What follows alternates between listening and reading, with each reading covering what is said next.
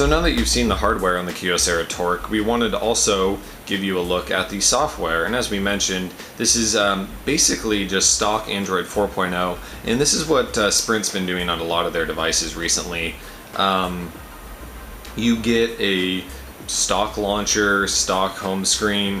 The lock screen is just slightly different with a direct camera unlock, but other than that, everything, all the customizations are kind of thrown into the Sprint ID app, which lets you choose different ID packs and customize things how you'd like them.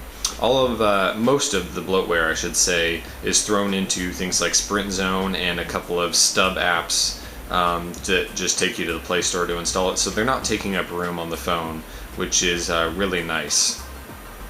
On the inside here, powering this software, we have a 1.2 gigahertz dual-core processor and 1 gig of RAM, so everything comes through extremely smoothly. We don't have any troubles scrolling around or anything like that, which is really good, what you'd expect.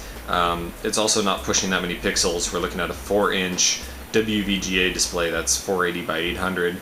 And the display isn't exactly fantastic. We think they must be doing something because of the waterproofing on the foam that kind of makes it even a little grainier than it should be at WVGA.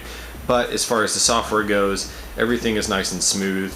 They've thrown in a couple of customizations like this eco mode that you can help prolong the battery life.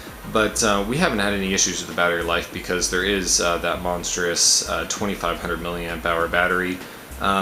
Things that will drain it down though, this is an LTE device, and there's also direct connect rather, their push to talk. But unfortunately you can't do LTE and have push to talk turned on at the same time, which is kind of interesting. Other than that, there are just a couple little changes. They have additional GPS options on here because it is kind of more meant to be kind of a ruggedized phone. You get more of those options. Let's see.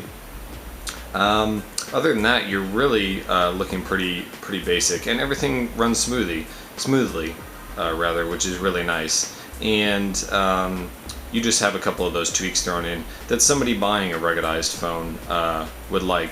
As far as navigation goes, though, we do get these 3 hardware keys, and one of which is menu, which is kind of unfortunate because we don't really care for the menu button much. We would have preferred maybe they went with the multitasking key, but you do reach multitasking by long pressing the home button, and they work just fine. Weirdly enough, though, they don't wake the device. The only way to wake the device would be with the power key up top or that direct connect key on the side, which we found ourselves accidentally doing quite a bit. But because it's a smaller device, hitting the power key up top isn't that big of a deal. So one more mention about the camera. It takes pretty decent photos, actually, as far as kind of a middle of the road 5 megapixel shooter would go. The interface is pretty good. You have, let's see here, basic settings and things. There's not a whole lot to write home about in the interface, but you do get that physical hardware key that will zoom, or sorry, not zoom, but focus and then take the picture all at once, and then you get a regular gallery view as well. So that is a look around the software of the Kyocera Torque on Sprint. Not a whole lot to write home about, and that's okay with us. The software runs great, looks fine, basically stock. Unfortunately, it's ICS, and there are a couple little issues with that, but hard to complain on a device like this. Thanks for taking a look, guys.